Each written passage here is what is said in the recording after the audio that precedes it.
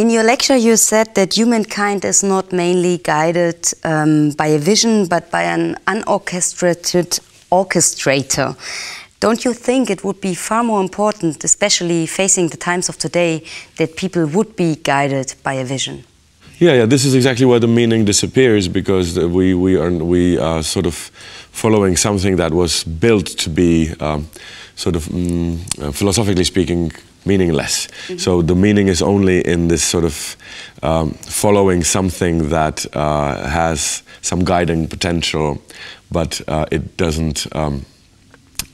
It mustn't be regulated. I mean, this is sort of the hardcore Tea Party, extreme right argument. So, of course, yes, the orchestrator must be in a servant position. Mm-hmm. And this is what happened, as sort of subject-object reversal.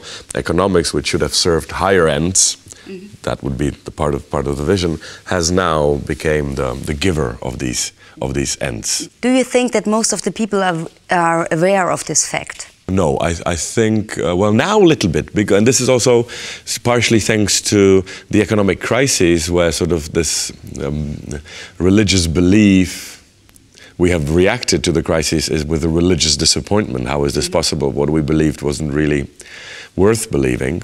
So now economics, or the social debate, has become much more philosophical. I don't think we would be able to have these debates 10 years ago, or there were very few of them. So in this sort of a little bit depressed state of mind, one becomes more contemplative, asking the questions of meaning. Would you say that from this point of view, it is even good that the financial crisis happened? From this point of view, yes, of course, bearing in mind that it has very harsh consequences of a certain population, and that must be dealt with. But on a philosophical, on the level of the debate, it has been good, because we are reassessing what is it that actually guides us. By what kind of vision are you guided? Well, it's very difficult to get out of this box in which we have been milked, bred and fed. It's sort of even like a matrix, that it's there and you don't know where it came from. So some people call it the system, or whatever belief system you can say. So I'm trying to look beyond it exactly by studying different beliefs, be it Christianity or Judaism or Babylonian or Greek myths or poetry or even movies today. So you do see in every movie there is of course some agenda, and there's some more or less hidden message, and then I use this as a sort of a stepping out stone of the Catholic economic belief. So reading brilliant minds who are very critical towards what we very uncritically believe, or access what we believe without even knowing that we believe it. This to me is my way of trying to look at ourselves using mirrors from different cultures. So would you say it needs kind of a thinking out of the box? I mean, it needs to extend our fantasy. If we are trying to cure the economic with more and deeper of the same economic, then it could be helpful. But chances also are that the whole science is misguided. So it's kind of a more integral vision. Yeah, this was the idea of science. The whole idea of university is that it's universal, that everybody knows sort of. We today live in a society of Fachidioten, which is a nice German word. We all know little small of a fraction, even of economics, or even, I don't know how my body works. The moment I swallow this water, something is happening in my body, but I am completely ignorant of it. And the same thing, I put my money that I earn very hard, I put it in the bank, and the moment I put it in the bank, I don't know what this money is working on, I don't know what's happening. So it's also a society of oblivion, or of unknowing.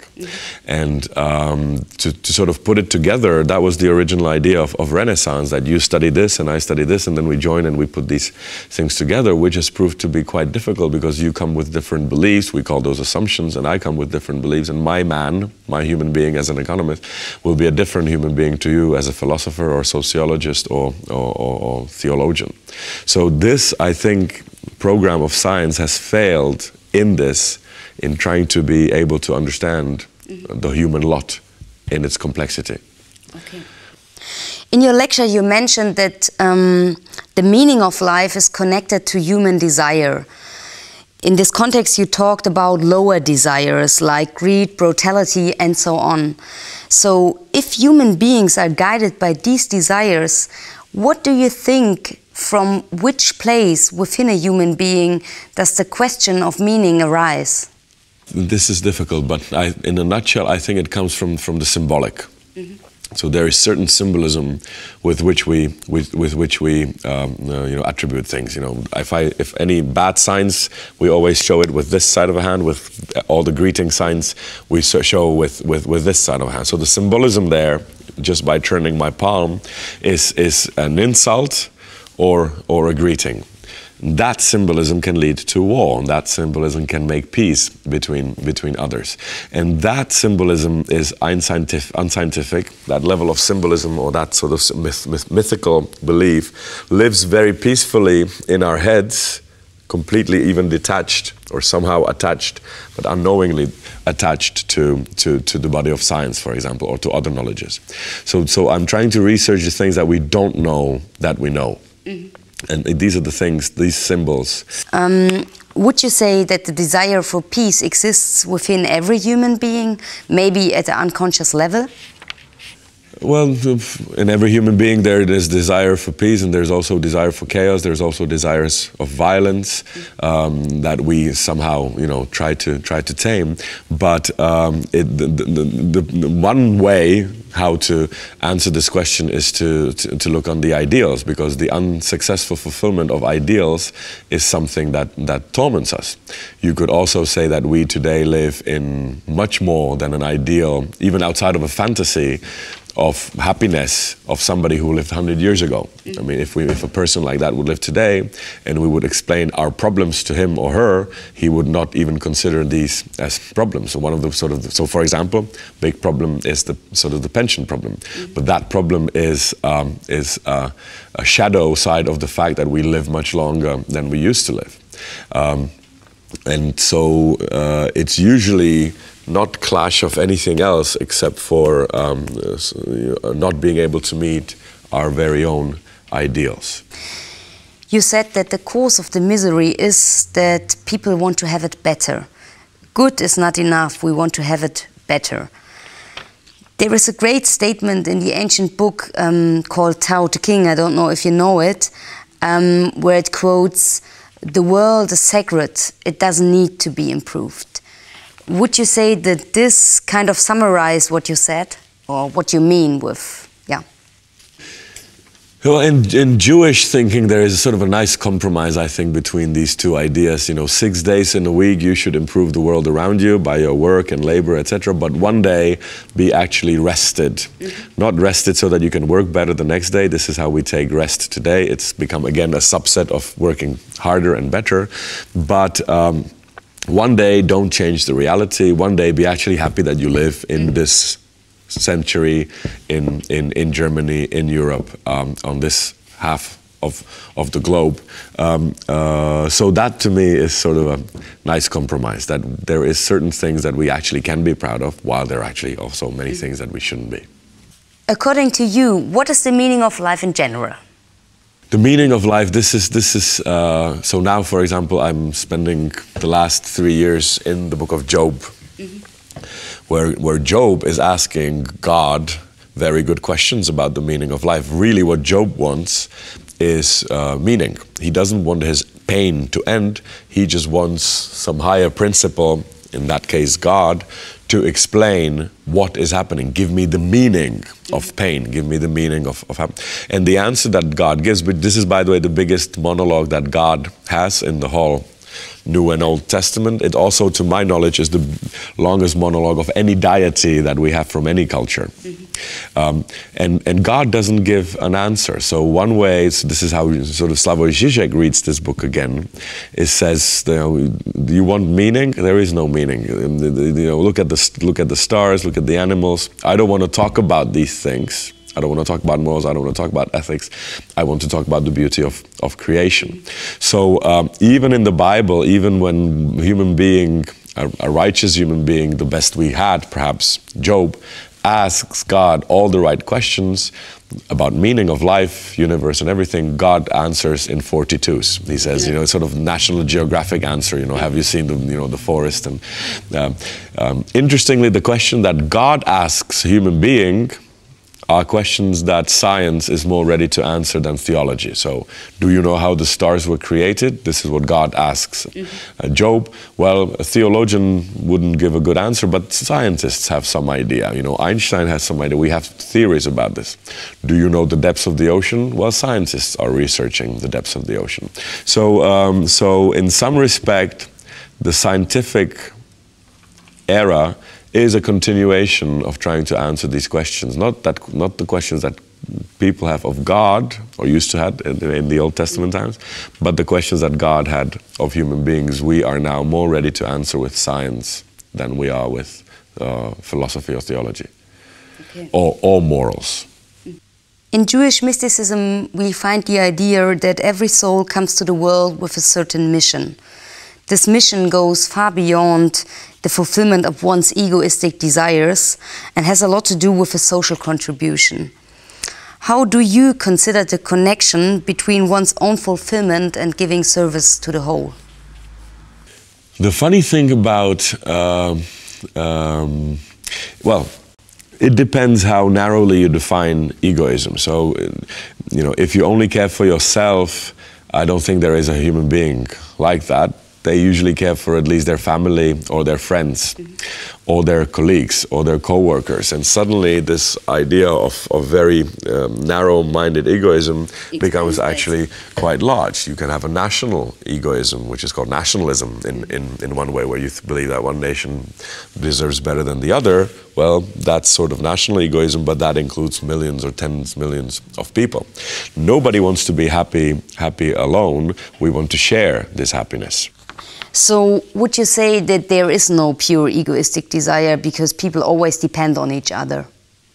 Like, I don't think there is really pure altruism, or it's very rare. I would also say the same thing about egoism. I think most of our action is a combination that we can't even distinguish. Even if you try to distinguish your thinking into rational part and emotional part, this is also very impossible to do, because you will find that, if you think about it a little bit, most of the argumentations that you have in your head with yourself is a mixture of both. If we keep the idea of a soul's mission, how would you describe your mission in the world? Well, this has been, you know, of course, to explain the purpose in life is a difficult question. But I am playing around with, or trying to play around with, the most sacred and holy ideas that we have. I think being an economist is a good position to do that, because there's a lot of holy ideas or beliefs exactly in the body of economics, and trying to turn them around and see if there is meaning there. And you find that, you know, a lot of the times when you turn it around, it actually makes sense. It makes sense too. I enjoy looking for the paradoxes with the hope. This is a hope only, it's not a certainty, that it is exactly in these paradoxes, in these weaknesses of knowledge, where a step to better understanding is possible. So what I try to do in life is to sort of go against reductionism in economics, and exactly to sort of pulling the pendulum into the other extreme of trying to say that no, everything is connected with everything, and if you want to understand, economics alone will not give you the answer. Like theology alone, like philosophy alone. I think a philosopher who's only a philosopher will not be a good philosopher, like an artist who is only an artist will not be a good artist. So also an economist who is only an economist, I don't think will be a very relevant one. In conclusion, would you say that your mission has to do with integrating different parts, with extending point of views, and with kind of widening the horizon? Yeah, I think that would qualify 62% of the meaning, yeah. Okay. In many of your speeches, you emphasize that greed is the beginning of everything and causes a lot of problems.